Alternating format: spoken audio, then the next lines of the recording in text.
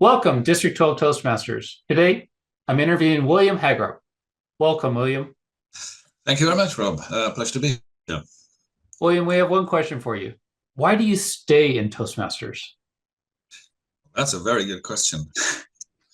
Because if I'm honest, I got a little bit fed up at one point with Toastmasters because I felt it's too set in a way. You know, you have the certain things that you need to do in a certain order, and this, that, and the other. And I felt there wasn't a lot of flexibility, and I sort of felt that uh, I'm not sure if this is really for me anymore. I'd done the competent communicator.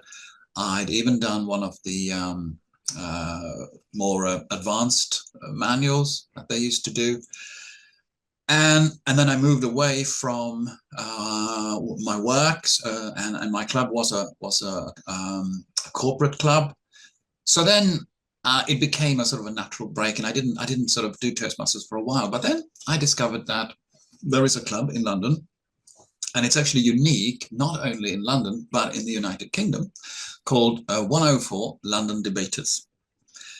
It was started by a couple of guys, one of them still with the club, Paul Carroll, himself an American actually from New York, but he lives in London now. And so it was started about 10 years ago, actually this year, so we're celebrating our 10-year anniversary as well.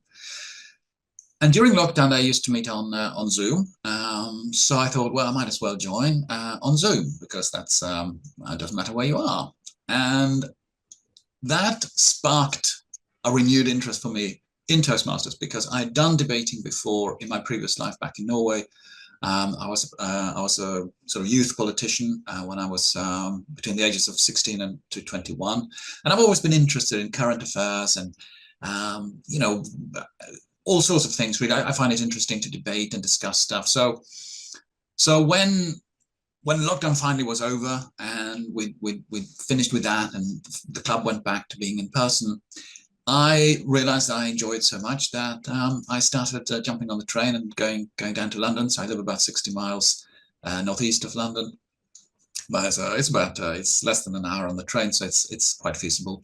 Yeah, so basically why I stuck with Toastmasters was because I realized you can adjust the format. You can find a club that suits your interest if you look around a bit, and then that can give you that added challenge, even if you have done a lot of the manuals, a lot of the projects, and now obviously pathways, and you feel I need some additional challenge here. This is not giving me anything anymore. Then just look around, and there are challenges out there, and there are ways that you can challenge yourself and grow and find ways to enhance your skills even further.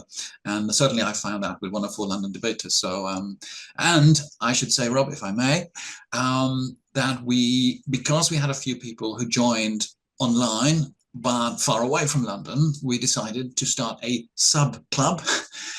So that's called 104 Online Debaters. And wherever you are in the world, if you can join on the first Tuesday of every month, 6:45 British time, so you just have to translate that into wherever you are, then you can join us for a debate Toastmasters online and see how that works if you want to.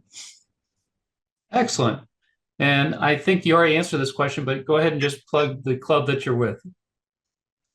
Certainly, yes. So I'm with a club called 104 London Debaters. So it's the UK's first and still only debate Toastmasters club.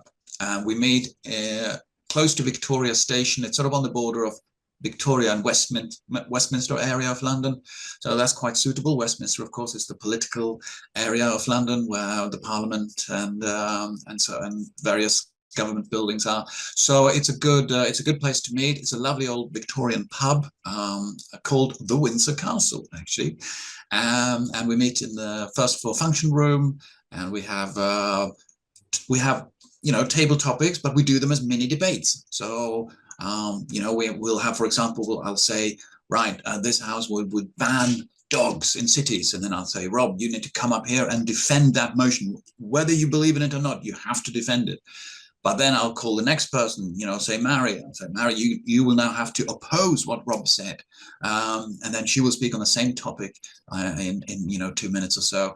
but then opposing whatever arguments you put forward. And so it's a great intellectual exercise and also a great practice in actually being able to argue for things on the spot and coming up with coherent sentences when something is thrown at you, which very often happens in the real world. And then in the second part, we have prepared debates. So we do our speeches as debate speeches.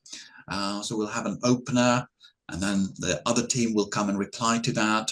Then it'll go back to the proposition to then reply in turn. And then finally, there's a final sort of reply from the proposition team. Then we'll open up for the floor to come and give their opinions. Whoever of the audience would like to stand up and talk about the topic and give their opinion. And then finally, we have a short summary speech from each side before then people are invited to vote. So we take a vote before, obviously, and then after to see if there's any swing in either direction. So that's how we do it. And generally, if you're doing one of those 4 first speeches, they are 7-minute sort of standard length.